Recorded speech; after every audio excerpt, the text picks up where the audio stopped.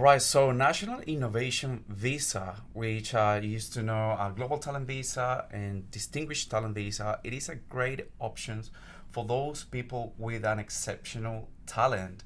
We're going to speak about what would make a successful visa, National Innovation Visa application, and 5 tips on how to achieve it. Exactly. Stick around till the end to hear the 5 tips. And also, what we're going to talk about is what makes national innovation visas unsuccessful, because we have a number of applicants that approach us. They believe that they fit into the category of national innovation visa, and those visas don't fall into success. So, there's a lot to talk about, a lot to dissect. It's a full packed episode where we feel that you're going to get a lot of knowledge out of it. Alrighty, let's get started. Juan, I'm going to jump straight into it. What's talent? Yeah, that's a great question because talent is not just about knowing how to do something, but in light of National Innovation Visa, it has to have certain aspects of it, like, for example, international recognition, transferability, the ability to attract a high salary. How are we going to channel this talent to get at this job attracting this salary, for example? Yeah. So let's speak about more in detail. Yeah, look. I think what's really important to keep in mind that talent. So you got talent, and then you got talent for immigration purposes. Now, we had a person contact us years ago, and they're a tattoo artist, and they make great tattoos, and they've got a portfolio, but it doesn't transfer to talent for the purposes of this particular visa because there is no international recognition, and in addition to that, it doesn't attract the salary that you would expect of this particular program, and also they're not recognized by their peers at that particular level. So that's a really good example to use, that people do have talent, and I think everyone's got a bit of talent here and there in terms of what they can do, but talent comes with a bit of a caveat in terms of if you have talent, in addition to that, you have to demonstrate certain things. So not everyone will qualify for this particular visa. I mean, it has to be spoken on that way, like brutal. Because a lot of people have this thought that, yeah, like I have a talent and have this, sounds pretty tough, but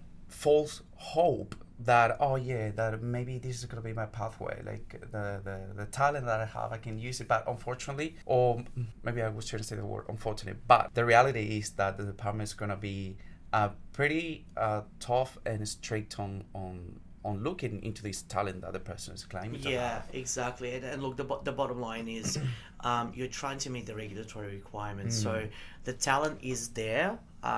It's not for us or the Department of Home Affairs to determine whether you're talented, and that's a really important point to convey. What's being assessed is whether you meet the regulatory requirements for a national innovation visa, which needs to attract talent. So I suppose moving further, just going on that notion of talent, what does it come down to? I know there's a number of different elements, so maybe let's talk about that. What would be the first one? Let's speak about transferability. That's a big one, yes. Yes. So, what is Australia? The department looking at this is how this person is going to utilize his talent and transfer all those abilities and skills onto Australia. And I want to speak about with an example. So we have a person in the area of sports, a gymnast, that has been able to participate in many international events and coach many international teams. So they come to Australia and they prove their ability to transfer all of these skills to young Australians trying to achieve these high levels in the area of gymnasts. So as a coach, they demonstrated that they're able to take care and mentor these young Australians. So that already demonstrate the transferability. Yeah, exactly. And you've got other areas like cybersecurity, for example, and IT that's fairly easy transferable because the bottom line is that the blueprint remains the same. I think just to give an example, well, we gave an example of a tattoo artist where they just weren't prominent, but some of the skills are actually not transferable because they might be sort of culturally based and maybe something that doesn't really interest the Australian public. And again, it's not about being harsh, it's about just the reality that we may not actually have that particular product or service in Australia, so it doesn't translate It'll be big in say another country, but in Australia we don't have it, so it's not transferable, and that's the biggest roadblock, and that's why we sort of put that as number one. Does that talent actually transfer? Do you see yourself being able to establish yourself and survive on that income through your talent? So another element here is a peer recognition. So the way we approach this is not only by relying on the nominator, but also on a series of referees that can attest of this person's achievements. Yeah, exactly. And when you think about it as well, so say for example you've got a particular talent in cybersecurity. I'll use that as an example. You might participate in conferences and events, and people know of your work. So it is a little bit like I suppose a popularity contest, if you want to call it that. That's probably the most relatable example to everyone, that people know of your work. And this is where we do turn down a lot of applicants, because that peer recognition is not there. So they might be good at their job. The talent is transferable, so you can establish income and live off that particular talent, but you're not known outside your own brand, and that's where it becomes a bit of a sticking block, because you can't actually get the documents. So we'll, as I mentioned, we'll talk about the 5 tips on putting together a good NIV application at the end of this episode. But that's a huge one, that peer recognition, and also just tying in with that, the international reach. Now, it doesn't necessarily, you're not measuring this by how many countries you've been to. The policy actually talks about the fact that if, let's say, that this particular criteria was to apply to Germany or United Kingdom, it would meet the criteria of a national innovation visa. So that's what international reach means. It doesn't necessarily mean that you've physically been to other countries. It means that other countries would recognize that as an international talent. And generally speaking, we recommend about 3 to 5 referees, because it's going to be like a solid base of you proving this peer recognition. And just on the topic of referees, how would you pick one? So if you were to select, say, a referee, what's the minimum criteria? Well, definitely people, like the policy says, that can attest of your achievement. I think it's good when the applicant knows this person at a personal level. I mean, by personal, I mean not necessarily like being super friends, but a person that can actually say with property, okay, this person is actually great in their talent, and they're recognized internationally. So I think that's a good one. Yeah, exactly. Maybe they've sort of collaborated in the past. Maybe they've attended. Maybe they belong to same sort of memberships or member groups. That's really important, and that helps to solidify the credibility of these referees. Yeah, and that they're also at that level of international recognition as well. Exactly. So like, not to select just anyone that can speak. Oh yeah. This person is just great, but also like I've heard of this particular person and I'm familiar with their work. That's not really how it works. So a good way to demonstrate as well, and actually policy requires it, is that the person is able to attract a salary of at least $180,000. Yes. And there's a couple of things I wanted to mention as well about the salary threshold. So the best way to demonstrate that would be if you're already earning that particular salary. So we could provide a contract of employment, or maybe, let's say if you're a freelancer, to say that all of the work, we're working currently on a NIV application, they're a freelancer. When you tabulate all of the income that they get, it equates to the minimum threshold. If you don't have that, it's not necessarily fatal. You can almost create like a business plan to show that that's how your talent would attract that particular salary. Because also, I suppose when you're looking at different jurisdictions, you can't really apply Australian salary as well to that particular talent. So it's showing your capacity or your ability to attract the $180,000 in Australia. That's good that you mentioned that doing that business plan, because I feel that with National Innovation Visa, depending on what is the specific talent of this person, might be a little bit hard to prove that that figure, like on 180. Going back to the tattoo artist, I was just thinking, Yeah. wow, like how is this person going to manage?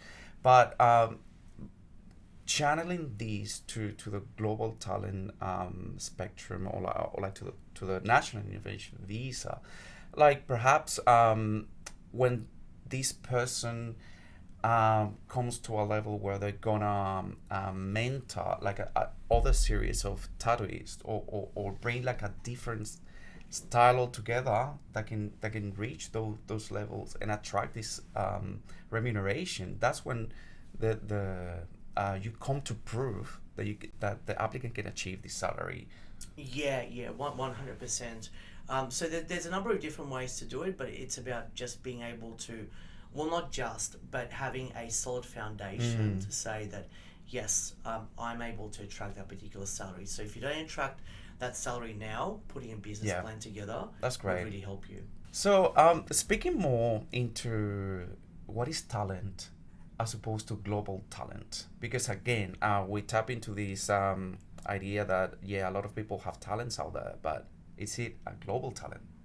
Well, talent is it's a very subjective definition. I suppose for me, talent is what I see as something that you're good at, maybe very good at. I think that's what the definition of talent. But we're talking about global talent, so something that's not just you recognizing as a talent, but also your peers viewed that as a talent, or more like a contribution as well to the economy. Yeah. So it's a talent that contributes to the economy, and that's really the major difference. And again, that's why it is important to recognize, and maybe also not to be so hard on yourself. You might have a talent and pursue that talent. It just, you don't qualify for that particular visa because it doesn't meet all of these other things that we've mentioned in today's episode about what you need to demonstrate as part of the global talent. Now, it's also very important to keep in mind that whilst it is an independent visa, there is a nominator that has to attest to your talent. There's a couple of things to mention. The nominator doesn't have any legal obligations to give you a job, to have any sponsorship obligations, but their role is to attest to your talent. So picking the right nominator is quite important. How would you go about picking the nominator? So you've got your referees who attest to your talent, but the nominator, it sort of sits above them. What sort of tips would you give to people to pick a good, solid nominator? Well, definitely pick someone that really knows what you're doing. Yeah. That has the same level, or perhaps like a greater level of what you're doing, because they're gonna be the ones answering those specific questions in the Form 1000. So they should have an in-depth knowledge of what you're doing and why they're attesting of that. Yeah, exactly. And just on top of that, I would probably say you'd want to have known the nominator for a reasonable amount of time. I'll put a sort of duration, at least 12 months. It's not in a policy, but it would be a good idea to say that you've known this person for a substantive period of time and you're able to attest to their talent, because you have to demonstrate examples. But again, it's not a contractual obligation, it's an attestation of a talent. Yeah. So now let's speak about 5 tips on how to put together a good National Innovation Visa application. Exactly. We did say that we're going to save the best for last. So here are our tips. Tip number 1. Make sure that you research the relevancy of your talent. That's such an important element because, especially if you're coming from overseas, where you are now, that talent may be relevant, but you need to understand whether that talent is transferable to Australia. And I do see that that's where the biggest pitfall happens. So your talent needs to be relevant to Australia. Absolutely. And for a reason, even the Form 1000 ask on the what occupation are you gonna group your talent. Yeah. So sometimes there is a little bit of a struggle to what occupation to select. So it's really important to study what the talent is and label it onto something.